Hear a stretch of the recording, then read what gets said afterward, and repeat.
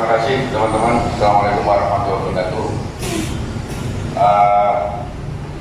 Segala salam, segala hormat mari kita panjatkan kepada Tuhan Allah Subhanahu wa Ta'ala yang memberikan kesempatan selalu dibuka pintu kebaikannya dalam rangka untuk menambah hidup yang semakin menjadi lebih manfaat, lebih bermutu, berkualitas.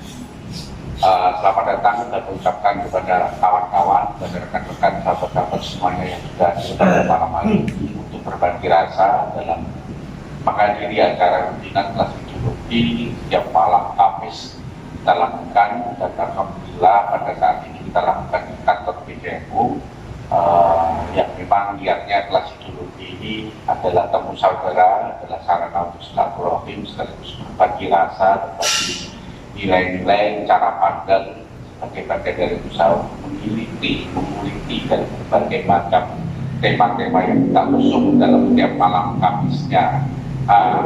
Syukur ini ada bahasa yang sudah hadir di tengah-tengah kita yang menyaksikan kehadiran generasi-generasi setelahnya.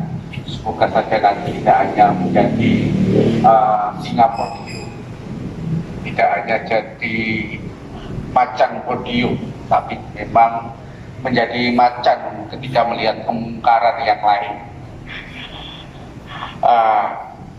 Luar biasa, kita bersyukur sekali, satu kehormatan yang sangat luar biasa. Beliau juga sudah hadir, mau datang ke tengah-tengah kita.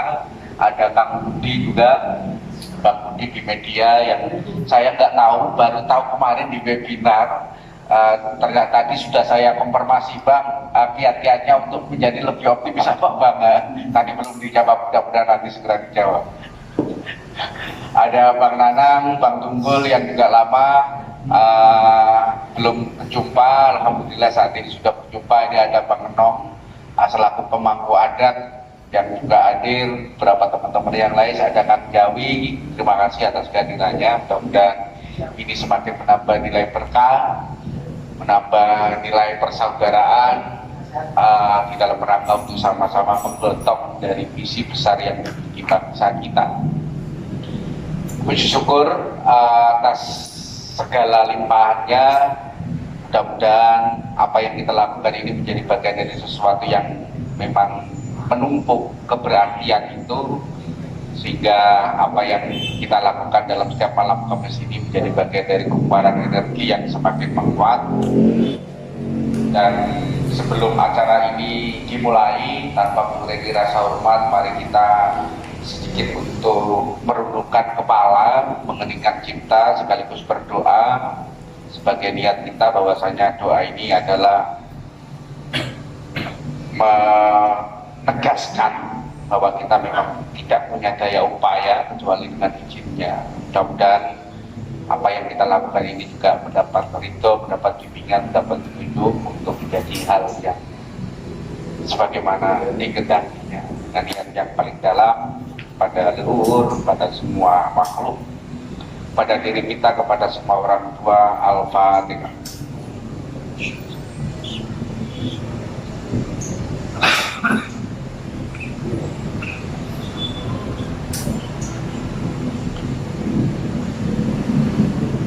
Sengaja diskusi pada malam hari ini, kelas ideologi ini mengangkat tema agak ambigu memangnya. Beberapa teman tadi juga sempat SMS WA membalas chat undangan yang kami tebar pada bahasa umat yang memang berasal dari kata dasar umat, maka berawalan ribuan nu atau ke, menandakan bahwasanya itu adalah bicara tentang menuju atau mendekat kepada umat itu sendiri. Dan mudah-mudahan umat tentunya konotasinya bukan hanya golongan, tapi umat ini adalah seluruh makhluk. Mudah-mudahan seluruh makhluk ini juga menjadi bagian dari sesuatu yang diambil inspirasinya, aspirasinya, sehingga memang kita menjalankan berdasarkan atas dasar rahmat itu sendiri, bukan atas dasar kepentingan golongan, kepentingan tertentu yang lain dan seterusnya. Maka sebagai bagian dari pengantar diskusi ini, kami persilakan kepada Bang Apek untuk memberikan gambaran awal, atau Pak Yai. Pak Yai tadi udah request saya tak dengar saja gitu. Nanti kalau ngomong sudah nggak ada forum. Ya siap. Masuk sebelahnya. Monggo Bang Apek untuk sedikit memberikan ulasan apa itu umat atau menuju ke umat.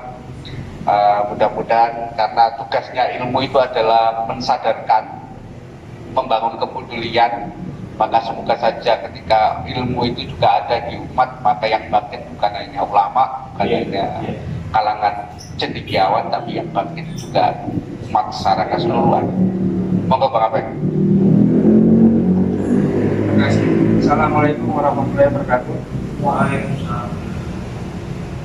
Alhamdulillah kita bisa hadir kembali di acara rutin malam Kamisan. Sebelumnya kami menyambut baik Bang Abah, Pak Salul Afendi yang hadir, yang udah lama Bang Yasir mau silaturahmi, akhirnya kita bisa silaturahmi, Pak ya. Apa engkong? Engkong ya, selamat datang engkong. Ya, ini ada ketua kita Bang Jawi yang hadir di dalam forum ini sebagai ketua Ansor Jakarta Utara. Yang juga ada Bang Tunggul bisa hadir kembali. Ada Bang Budi yang udah lama bisa silaturahmi lagi. Nanti ada tugas khusus untuk Bang Budi karena gerakan kita sudah mulai masuk kepada eskalasi yang perlu ditingkatkan ritnya, dan saudara-saudara semua yang hadir di sini yang satu persatu yang biasa sering ketemu, alhamdulillah kita bisa kumpul. Malam ini kita diskusikan tentang keumatan atau Bapak Hasan Korai, umat ya. Umat. Jadi tentang keumatan ini nggak ada bedanya, atau umat itu nggak ada bedanya dengan rakyat. Kata ganti atau istilah kaum aja, yang bisa itu disebut rakyat, bisa disebut umat, dan bisa disebut istilah-istilah lain yang jelas dipahaminya sama tentang umat ataupun rakyat adalah masyarakat luas. Masyarakat luas yang terdiri dari personal-personal. Jadi kalau saya melihat pengertian umat atau rakyat itu lebih sepakat dengan jiwa ya. Jadi di mana itu rakyat, di mana itu umat, ya di mana itu jiwa. Berarti kalau sudah bicara jiwa, bicara sama semuanya kepada seluruh lapisan masyarakat, yang dimana jiwa itu lahir, kemudian tumbuh berkembang sesuai dengan fitrahnya, punya hak-hak yang bisa dijaga dan dilestarikan. Karena ada persoalan pemahaman dan kepentingan kekuasaan, kemudian banyak persoalan keumatan itu terabaikan, persoalan kerakyatan kemudian terabaikan. Mengingat setiap orang tidak ada yang bisa menjaga amanah, sehingga resikonya dia merusak makhluk yang lain atau umat yang lain atau rakyat yang lain. Nah, utamanya bagi para pemimpin yang kemudian dia adalah lahir jadi pemimpin itu untuk mengurusi yang dipimpin, yaitu umat dan rakyat.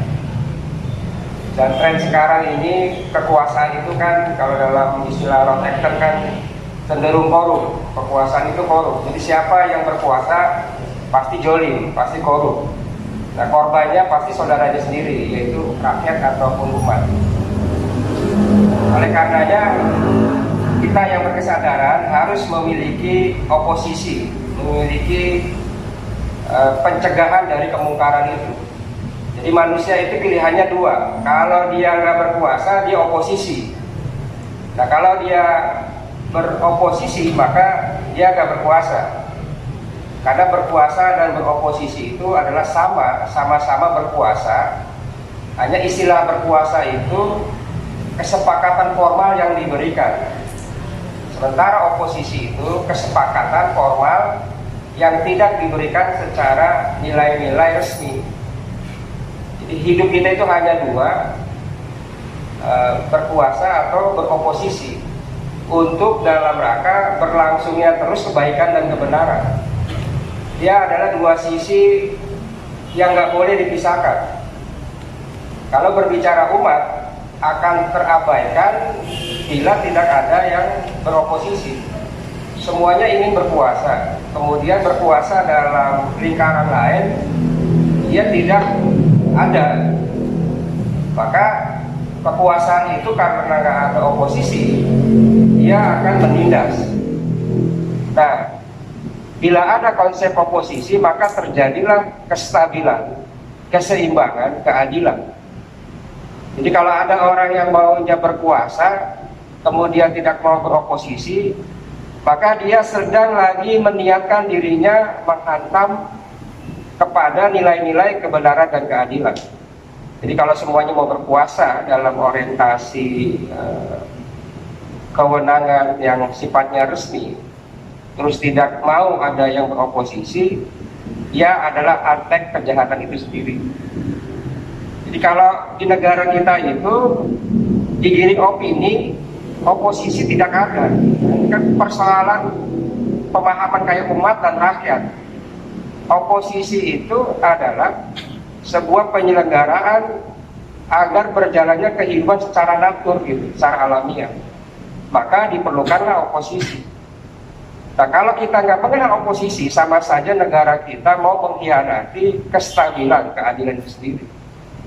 Nah, orang tergiring opini kemudian melihat oposisi itu adalah istilah opini yang diberikan oleh konflik kepentingan, sehingga oposisi itu menjadi nilainya buruk, seolah-olah makar, seolah-olah destruktif, seolah-olah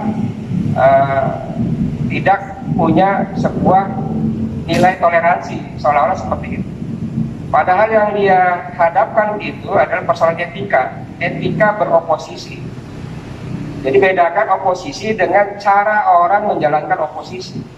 Nah, kalau oposisi itu adalah sebuah bangunan yang sama dengan kekuasaan, hanya bedanya dia tidak resmi dalam keabsahan kekuasaan, termasuk partai politik.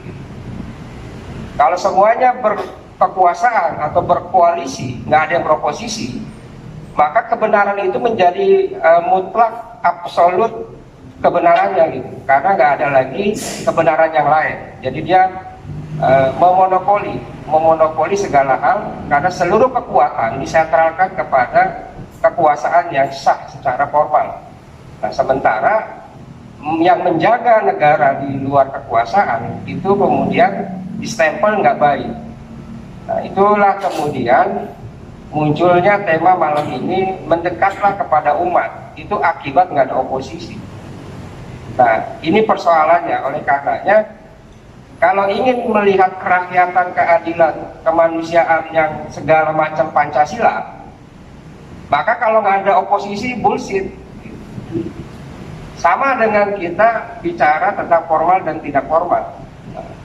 Amal ma'ruf nahi mungkar itu, kata nahi mungkarnya itu adalah manifestasi dari oposisi, mencegah kemungkaran.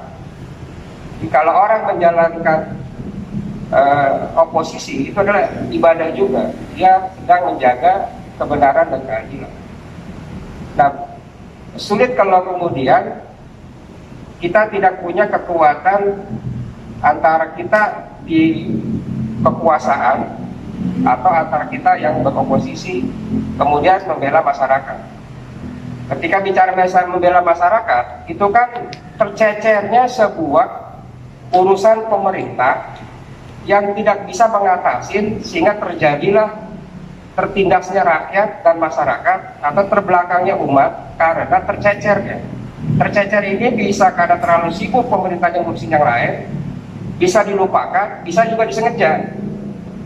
Nah, ketika ada yang membela keumatan, kerakyatan, atau mendekat kepada rakyat, maka itu kan tindakan oposisi untuk menstabilkan situasi dan keadaan.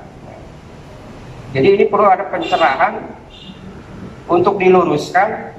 Selama oposisi tidak ada dalam sebuah masyarakat atau negara, maka selama itulah kelangsungan rakyat akan terjadi ketimpangan segala macam. Nah, perlu oposisi. Oposisi itu filosofinya adalah mencegah kemungkaran. Nah, Cak Nur pernah bilang, jangan percaya pada orang baik, maka bangunlah sistem yang baik. Karena orang baik itu bisa jadi buruk. Oleh karenanya perlu dibangun sistem kebaikan, maka perlu dibangun pengawasan atau oposisi. Nah, seperti itulah yang kita ingin coba bangun. Kita ini relatif, kita nggak tahu kita akan baik dan buruknya, maka oleh sistem itulah dibentuk sistem pengawasan yang dilindungi karena komitmen kepada kebenaran dan keadilan. Nah, harapannya kita membangun komitmen kerakyatan itu adalah juga berpikir tentang sebuah sistem kebaikan agar nggak perlu lagi orang yang susah itu berharap kepada orang baik. Itu namanya berjudi. Kalau nungguin orang baik namanya berjudi. Kapan waktunya menang kita nggak tahu, kapan waktunya kalah kita nggak tahu. Yang pasti dia berspekulasi. Maka jangan pernah berharap kepada orang baik, karena itu adalah berjudi. Lebih baik yang kita pastikan kita membuat tatanan kebaikan, sistem kebaikan. Jadi diberlakukan sama oleh siapapun yang sadar tidak sadar, yang waras tidak waras. Kalau sudah masuk sistem, dia berfungsilah kebaikannya itu. Nah, jadi itulah yang harus digagas, dibangun pada kita semua untuk mendekat kepada rakyat. Maka dipastikanlah, buatlah sistem agar rakyat itu tidak terabaikan atau terlewatkan. Maka harus ada sistem yang dibangun supaya kita bisa berjalan. Nah, karena masyarakat kita lupa atas kesadaran dasarnya, maka terjadilah keanehan. Kok bisa-bisanya harus ada pemikiran kerakyatan, padahal setiap orang punya fitrahnya untuk tidak mau dilanggar hak asasinya dan ingin aman. Jadi sebenarnya kalau kita berpikir fitrah itu selesai, hanya karena terjadi penyimpangan kesadaran, maka penyimpangan inilah yang harus diantisipasi. Oleh karenanya kita masih terus memperjuangkan kerakyatan, keumatan agar terjadinya kesetaraan. Bila nanti kita berkuasa atau mampu punya akses kekuasaan, segeralah bikin sistem kebaikan. Janganlah kebaikan itu diabaikan, sibuk ngurusin sistem kepada orientasi kapitalisme semata. Jadi jangan sampai kita membiarkan orang membangun sistem hanya untuk kepentingan, keuntungan pribadi dan golongan. Dan yang harus kita pastikan sebelum semuanya dibangun, harus ada bangunan sistem kebaikan. Jadi sistem kebaikan itulah yang harus diutamakan, bukan yang lainnya dulu. Karena begitu dia mengutamakan bukan kebaikan, maka terjadilah kerusakan yang akan berlanjut terus-menerus. Itu saja, terima kasih. Assalamualaikum warahmatullahi wabarakatuh.